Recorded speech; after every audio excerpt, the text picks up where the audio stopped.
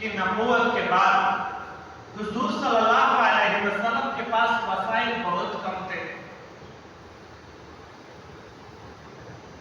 آج جب کوئی تحریک چلتی ہے تو اس کے لیے پیسے کو بہانا پڑتا ہے. اس زور و شور کے بعد مشکل سے چند بندے اکٹھے ہوتے ہیں اور اس بندے کا تحریک کا ابتدا شروع ہو جاتا ہے. جب کہ حضور صلی اللہ علیہ وسلم نے پیسے،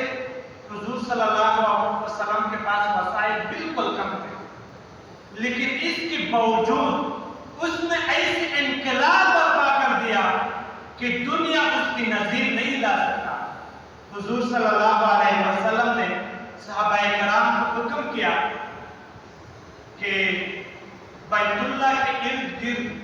خندق کھودی جائے. تو سارے صحابہ کرام اس کام کے لیے تیار ہوئے اور اس میں ایسے صحابہ کرام موجود تھے کہ ان کے جسم کو چھپانے کے لیے ان کے پاس پورا کپڑا میسر نہیں تھا. اور ٹھنڈی راتوں میں ٹھنڈی ہوائیں چل رہی تھی، لیکن صحابہ کرام خندق کی کھدائی کے لیے مصروف رہے. ایک صحابی حضور صلی اللہ علیہ وسلم کی خدمت میں حاضر ہوا، عرض کیا اللہ کے نبی 3 دن ایسے ہو گئے کہ میں نے کھانے کو مجھے کچھ بھی نہیں ملا اور بھوک پیاس کی وجہ سے میں نے اپنے پیٹ کے اوپر پتھر باندھ دیے. حضور صلی اللہ علیہ وسلم نے جب اس کی یہ بات سنی، پھر حضور صلی اللہ علیہ وسلم نے کپڑا ہٹایا اور اس کو دکھایا کہ اے میرے صحابہ، آپ کو واقعی بھوک پیاس لگی ہوگی، لیکن 3 دن مجھے بھی ایسے گزر گئے کہ میں نے بھی پیٹ کے اوپر آپ نے 1 پتھر باندھا ہے، میں نے اپنے پیٹ کے اوپر 2 پتھر باندھے ہیں، مجھے بھی ابھی تک کھانے کی کچھ بھی نہیں ملی. تو حضور صحابہ کرام نے جب وہ دیکھا تو ان کو کچھ تسلی ہو گئی. تو اس قدر کم وسائل کے باوجود حضور صلی اللہ علیہ وسلم نے اتنی محنت کر لیا کہ پورا عرب معاشرہ جو ایک پست ترین معاشرہ تھا، حضور صلی اللہ علیہ وسلم نے اس پہ ایک انقلاب برپا کر دیا. حضرت فاطمہ رضی اللہ تعالیٰ عنہ فرماتی ہے کہ ایک مرتبہ میرا شوہر حضرت علی رضی اللہ تعالیٰ عنہ